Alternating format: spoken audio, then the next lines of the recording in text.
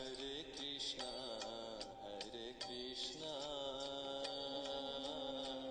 Krishna Krishna Hare Hare ॐ ज्ञानतिमिरन्धस्य ज्ञानाञ्जनशलाकया चक्षुरुन्मिलितं येन तस्मै श्रीगुरवे नमः। जय श्री कृष्ण चैतन्य प्रभु नित्यानंद श्री अद्वैत गदाधर श्रीवासादि गौर भक्त वृंद। हरे कृष्णा कृष्ण कृष्ण हरे हरे, हरे राम राम राम हरे हरे। हरे कृष्ण। श्रीमद् भगवद गीता अध्याय 16 श्लोक 17। आत्मसंभावितः स्तब्धा धनमान मदान्वितः यजन्ते नाम यज्ञहिते दंभेन अविधिपूर्वकम्। स्वयं गर्वित, अनम्र, धन के कारण मान और मद से युक्त वे असुरगण दंभ पूर्वक नाम मात्र यज्ञ द्वारा अविधि पूर्वक यज्ञ करते हैं। पिछले श्लोकों में भगवान श्री कृष्ण ने वर्णन किया कि आसुरिक स्वभाव वाले व्यक्ति अपने धन, अपने ऐश्वर्य, रूप, शक्ति आदि के कारण बहुत मद और गर्व से दंभित रहते हैं। वे अपने सामने किसी को भी कुछ नहीं समझते, यहां तक कि एक परम शक्ति है इस बात को भी नहीं मानते। यह उनकी अविद्या, अज्ञानता के कारण होता है। वे अपने को ही ईश्वर मानते हैं अथवा अपने को ही बहुत शक्तिशाली समझते हैं कि हम अपने धन, अपने ऐश्वर्य, अपने बल से जो चाहे कर सकते हैं, और इस कारण से वे अपने ही नए नए धर्म बना लेते हैं, अपनी मनगढ़ंत रीतियां बना लेते हैं। परंतु ये सब क्या है? ये सब अविधि पूर्वक है। भगवान कह रहे हैं अविधि पूर्वक। अविधि पूर्वक क्यों है? क्योंकि ये शास्त्रों पर आधारित नहीं है। शास्त्र क्या है? शास्त्र है वेद, वेदांत, पुराण, उपनिषद, महाभारत, गीता। ये सब हमारे वैदिक शास्त्र हैं और इनमें धर्म का वर्णन है। धर्म वास्तव में क्या है? धर्मम तो साक्षात भगवत प्रणीतम। भगवान के श्री मुख से निकली जो वाणी है वही वास्तव में धर्म है।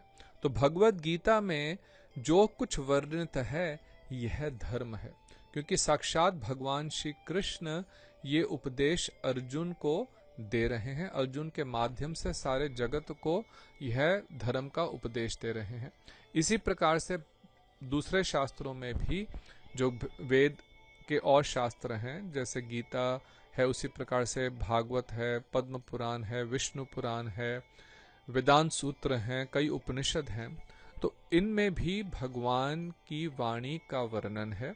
भगवान के द्वारा स्वयं उपदेश है अथवा उनके शुद्ध भक्तों के चरित्रों और उनके द्वारा दिए गए उपदेशों का वर्णन है। ऐसे भक्त जो पूर्ण रूपेण भगवान के श्री चरणों में समर्पित हैं, जो एक शुद्ध वैष्णव परंपरा में दीक्षित हैं, तो भगवान अथवा इस प्रकार के भगवान के शुद्ध भक्तों के द्वारा जो वर्णित है वही वास्तव में शुद्ध धर्म है। और जो इन पर आधारित नहीं है वह धर्म नहीं है। और शास्त्रों पर आधारित जो रीतियां नहीं हैं, जो धार्मिक क्रियाएं नहीं हैं, रिचुअल्स है ना, तो वे सब जो हैं वे अविधि पूर्वक हैं। जो यज्ञ अथवा रिचुअल्स वैदिक शास्त्रों के आधार पर नहीं किए जाते, ऐसे यज्ञ भगवान कह रहे हैं अविधि पूर्वक हैं। वास्तव में उनका कोई भी फल नहीं प्राप्त होता। देखिए, इस बात को समझेंगे कि धर्म का फल क्या है। हम किस लिए धर्म को पालन करना चाहते हैं? क्या अपनी शारीरिक और भोग विलास की वस्तुओं को प्राप्त करने के लिए? अरे भैया, इसके लिए धर्म नहीं है। अज्ञानता पूर्वक आज हम यही समझ कर के बैठे हैं कि मंदिर जाने का तात्पर्य, व्रत करने का तात्पर्य, यज्ञ करने का तात्पर्य, पूजा आदि करने का तात्पर्य केवल यही है कि हमारी सांसारिक इच्छाएं पूरी हो जाएं। ये तो संसार में और बंधना है। धर्म हमारे को संसार से मुक्त कराता है। जो अनंत कोटि जन्मों से हम अपने पाप और पुण्यों के कारण इस दुखमय अनित्य संसार में नाना प्रकार के क्लेश प्राप्त कर रहे हैं, इससे पूर्ण रूपेण मुक्त होने का मार्ग शुद्ध धर्म दिखाता है। देखिए, गीता के अब हम 16वें अध्याय पे हैं और भगवान श्री कृष्ण ने जो भी वर्णन करा है उसका तात्पर्य यही है कि हम संसार से मुक्त होकर के भगवान के परम धाम को प्राप्त करें, जहां पे नित्य उनकी प्रेममय सेवा कर सकें। तो जो धर्म है वह हमें संसार से मुक्ति का मार्ग दिखाता है। तो वे व्यक्ति जो हमें इस प्रकार के रीति रिवाज या रिचुअल्स बता रहे हैं जिससे हमारी सांसारिक इच्छाएं पूर्ण होंगी, तो वास्तव में वे हमारा लाभ नहीं कर रहे, बहुत हानि कर रहे हैं। यह समझना है। परंतु दुर्भाग्यवश आजकल के कलयुग के प्रभाव के कारण अधिकतर लोग इस बात को नहीं समझ पाते। श्री गुरुदेव टीका में लिखते हैं कि दैव एवं आसुरिक स्वभाव वाले व्यक्तियों के लक्षण तथा कर्मों के बारे में अवगत होकर अर्जुन ने श्री कृष्ण से यह पूछा कि जो लोग शास्त्रीय विधि निषेधों का पालन ना कर स्वेच्छाचारी होकर अपनी अपनी कल्पना के अनुसार कल्पित देवताओं की उपासना करते हैं, उनकी उपासना किस श्रेणी में आती है? तो यहाँ पे वे कह रहे हैं कि शास्त्रों में बताए गए विधि और निषेध कि क्या करना चाहिए और क्या नहीं करना चाहिए। देखो, ये समझना बहुत ही आवश्यक है कि धर्म के मार्ग पर क्या अलाउड है अर्थात क्या विधि है और क्या अलाउड नहीं है अर्थात क्या निषेध है। तो इनका पालन नहीं करते, परंतु स्वेच्छाचारी होकर के अर्थात अपनी इच्छा से अपनी कल्पना के अनुसार कोई मार्ग बना लेते हैं जिसे वास्तव में वो धर्म नहीं है, तथा कथित धार्मिक मार्ग बना करके कल्पित देवी देवताओं की पूजा करते हैं। कल्पित अर्थात उनका शास्त्रों में वर्णन नहीं है। तो देखिए, भगवान के अवतार और जो देवी देवता हैं, इनका वर्णन वैदिक शास्त्रों में है। किस लिए वर्णन है? इसीलिए कि हम लोग ऐसे मनोकल्पित देवी देवताओं की पूजा में से भ्रमित ना हो जाएं और साथ ही साथ किसी मनुष्य को भगवान ना समझ बैठे। आजकल कई लोग अपने को भगवान कहते हैं। पूरे इतिहास में हम देखें तो ऐसे कई लोग हुए हैं, आजकल भी ऐसे लोग हैं जो अपने को भगवान का अवतार कहते हैं। तो अब यह निश्चित कैसे किया जाए? निश्चित करने के लिए हम शास्त्रों की शरण लेते हैं। भगवान के जितने भी अवतार हैं, भगवान कृष्ण आए, श्री राम, नृसिंह, कूर्म, वराह, जितने भी उनके नाना प्रकार के अवतार हैं, उन सब का वर्णन शास्त्रों में दिया गया है कि कब वे अवतरित होंगे, कहाँ अवतरित होंगे, कैसे अवतरित होंगे, किस प्रकार की उनकी लीलाएं होंगी। तो जिनका वर्णन शास्त्रों में नहीं है उनको कभी भगवान अथवा अवतार नहीं माने, और जिनका वर्णन शास्त्रों में नहीं है उनको देवी देवता भी नहीं माने, और ऐसे मनोकल्पित देवी देवताओं की पूजा भी नहीं करें। क्यों? क्योंकि ये सब अविधि पूर्वक है और ये सब आसुरिक श्रेणी में आती है। श्री गुरुदेव लिखते हैं कि आजकल अधिकांश लोग शास्त्रीय विधियों का उल्लंघन कर मनमाने रूप से देवी देवताओं मनुष्यों की पूजा करते हैं। इस विषय में हमें कृष्ण का उपदेश श्रवण करना आवश्यक है। भगवान श्री कृष्ण जो गीता में बता रहे हैं उसी के आधार पर हम धर्म का पालन करें, अथवा वह धर्म नहीं होगा जो हम पालन करेंगे, वह मनोकल्पित जो विचार अथवा देवी देवताओं की पूजा है वह वास्तव में अधर्म ही है। उससे हानि अधिक होगी, लाभ नहीं होगा। अब ऐसे आसुरी स्वभाव के लोग जो शास्त्रों को ना मान करके अपने मनमाने तरीके से धर्म का आचरण करते हैं, उनके विषय में समझाते हुए बहुत सुंदर रूप से श्रील भक्तिवेदांत स्वामी प्रभुपाद महाराज जी टीका में लिखते हैं कि अपने को ही सब कुछ समझकर आसुरी मनुष्य शास्त्रों और सत्पुरुषों की उपेक्षा पूर्वक नाम मात्र के धार्मिक अथवा याज्ञिक कर्म करते हैं। नाम मात्र का अर्थ है कि वो नाम में ही धार्मिक हैं, नाम में ही वो यज्ञ है, लेकिन वास्तव में ना तो वो धर्म है और ना ही यज्ञ है, क्योंकि उसका फल प्राप्त नहीं होगा। अभी मैंने जैसे समझाया कि धर्म का वास्तविक प्रयोजन क्या है कि हम संसार से विरक्त होकर के हमारा चित्त जो है वो भगवान के श्री चरणों में लगे, जिससे हम संसार के चक्र से सदा सदा के लिए मुक्त होकर के भगवत धाम की प्राप्ति कर सकें।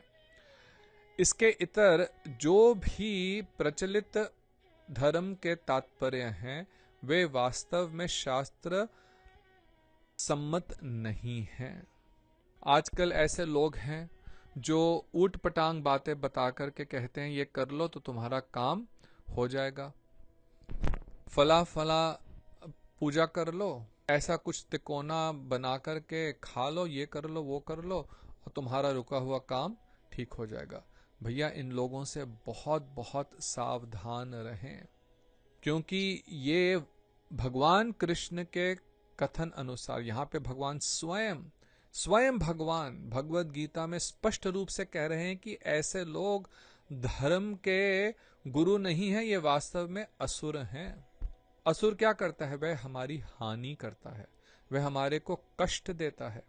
तो ये धर्म के गुरुओं के रूप में असुर हैं। देखिए भगवान और उनके भक्तों को कई बार इस प्रकार के कटु वचन प्रयोग करने पड़ते हैं। क्यों? हमारे को अलर्ट करने के लिए, हमारे को जागरूक करने के लिए। नहीं तो हम इस प्रकार के गलत लोगों के चकमे में आकर के अपना बहुमूल्य मनुष्य जीवन खो बैठेंगे। दुर्भाग्य ऐसा है कि आजकल इस प्रकार के गलत लोग बहुत अधिक हैं।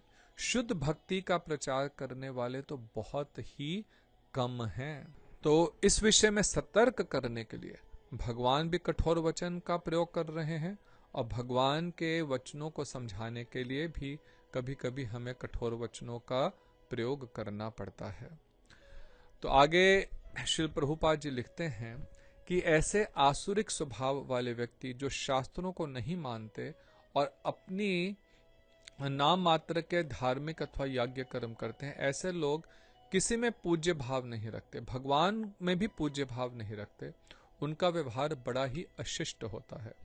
इसका कारण धन और मान से होने वाला मोह अंधता है ना, क्योंकि उनको अपना इतना गर्व है अपने धन और अपने ऐश्वर्य पर कि उस मोह में वे अंधे होकर के यह भी भूल जाते हैं कि वे स्वयं अनित्य हैं, उनका शरीर अनित्य है, वे कैसे भगवान या ईश्वर हो सकते हैं।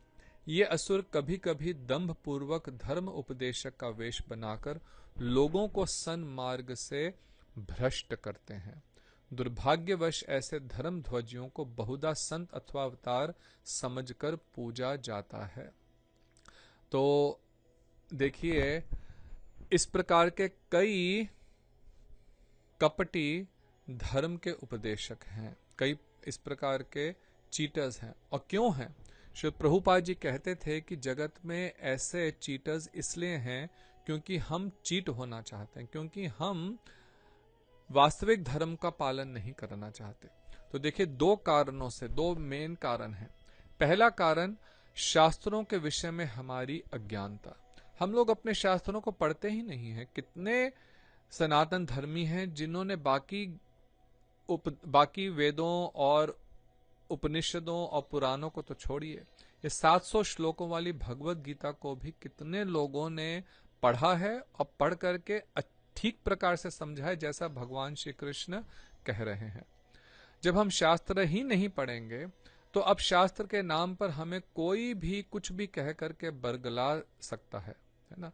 तो जिस प्रकार से यदि आपको मालूम ही नहीं कि एक कोई बाजार में आप चीज खरीदने जाते हैं, है ना, मान लीजिए कोई इलेक्ट्रॉनिक खरीदने जा रहे हैं, अब आप तो कोई ब्रांडेड समझ करके खरीदने गए, लेकिन आपको पता ही नहीं कि कैसे देखें कि वो ठीक है कि नहीं, और किसी ने आपको गलत माल बेच दिया, है ना। ऐसा बहुत होता है।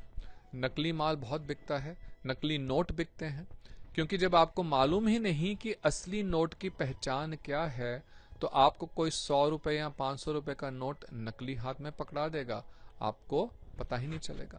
तो सबसे पहला तो कारण यह है कि हमें अपने शास्त्रों का ज्ञान ही नहीं है, और दूसरा यह है कि हम धोखा खाना चाहते हैं, इसलिए धोखेबाज धार्मिक गुरु हैं। अब हम क्या धोखा खाना चाहते हैं कि हम शास्त्रों में बताए गए विधि विधान का पालन ही नहीं करना चाहते, हम उन निषेधों का पालन ही नहीं करना चाहते। देखो, अभी मैंने समझाया ना कि धर्म का तात्पर्य है कि हमें संसार से विरक्ति हो, संसार के भोग वासनाओं से हम विरक्त होकर के भगवान के श्री चरणों में हमारा चित्त लगे। अब इसके लिए भैया कुछ तो तपस्या करनी पड़ेगी, है ना, और कुछ तो अपने जो गलत कर्म हैं उनको छोड़ना पड़ेगा, अपनी गलत आदतों को छोड़ना पड़ेगा। अब हम उनको छोड़ना ही नहीं चाहते। तो ऐसे तथाकथित धर्म गुरु जो हमारे को कोई विधि निषेध नहीं बताते, जो हमें कोई गलत काम छोड़ने के लिए नहीं कहते, हम उनको फिर फॉलो करते हैं। तो इसी कारण से, क्योंकि हम खुद धोखा पाना चाहते हैं, इसलिए हम ऐसे धर्म ध्वजियों को, जो संत का रूप बना करके वास्तव में अधर्म का ही प्रचार कर रहे हैं, उनके चंगुल में फंस जाते हैं। तो श्री प्रभुपाद कहते हैं कि वे नाम मात्र के यज्ञों से यजन करते हैं, देव पूजन करते हैं, अथवा अपने ही ईश्वर की कल्पना कर लेते हैं, और सामान्य मनुष्य भी उन्हें ईश्वर मानकर पूजते हैं। तो साधारण लोग इन्हीं लोगों को ईश्वर मान लेते हैं।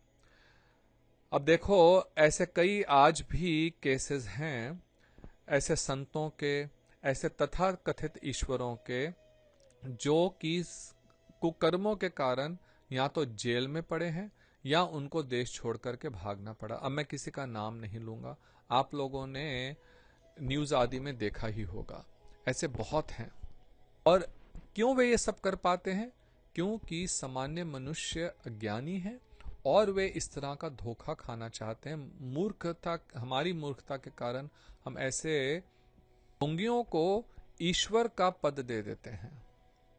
मूर्खों द्वारा ऐसे मनुष्य धर्म अथवा ज्ञान में उन्नत समझे जाते हैं।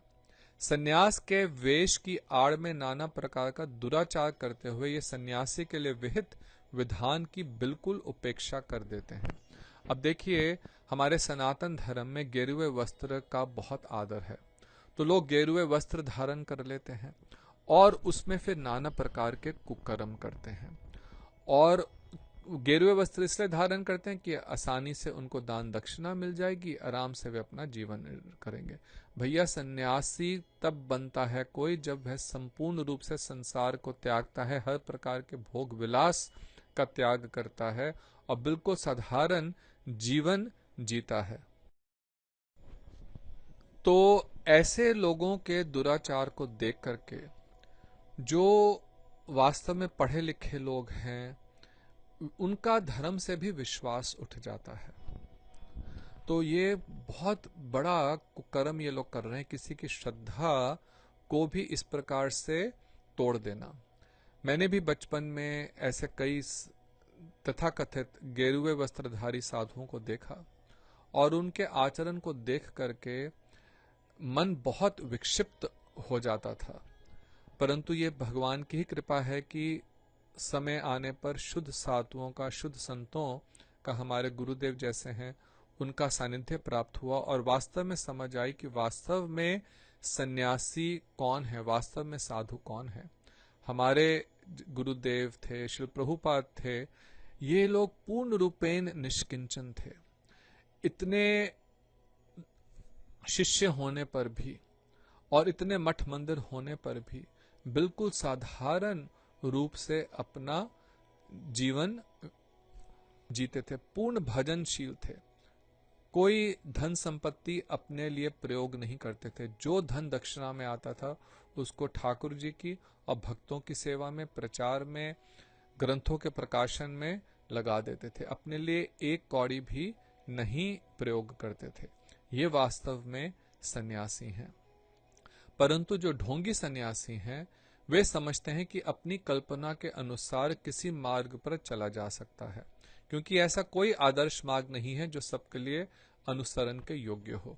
तो वे अपने ही मन से अपना कोई मार्ग बना लेते हैं और दूसरों को भी बहका करके ऐसे अधर्म के मार्ग पर ले आते हैं। ये सब क्या है? अविधि पूर्वक।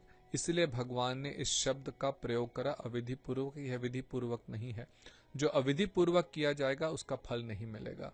आपने दवाई लेनी है, यदि उसको अविधि पूर्वक लेंगे, गलत दवाई लेंगे, तो आपको क्या फल मिलेगा? क्या आपका रोग ठीक होगा? नहीं होगा। उसी प्रकार से जो अविधि पूर्वक तथाकथित धार्मिक क्रियाएं की जाती हैं उनका कोई फल प्राप्त नहीं होता। तो इसलिए भैया इस बात में बहुत सतर्क रहें। ऐसे ढोंगी साधुओं के चक्कर में नहीं फंसे और केवल भगवान के शुद्ध उपदेशों का पालन करके शुद्ध भक्ति के मार्ग पर चले।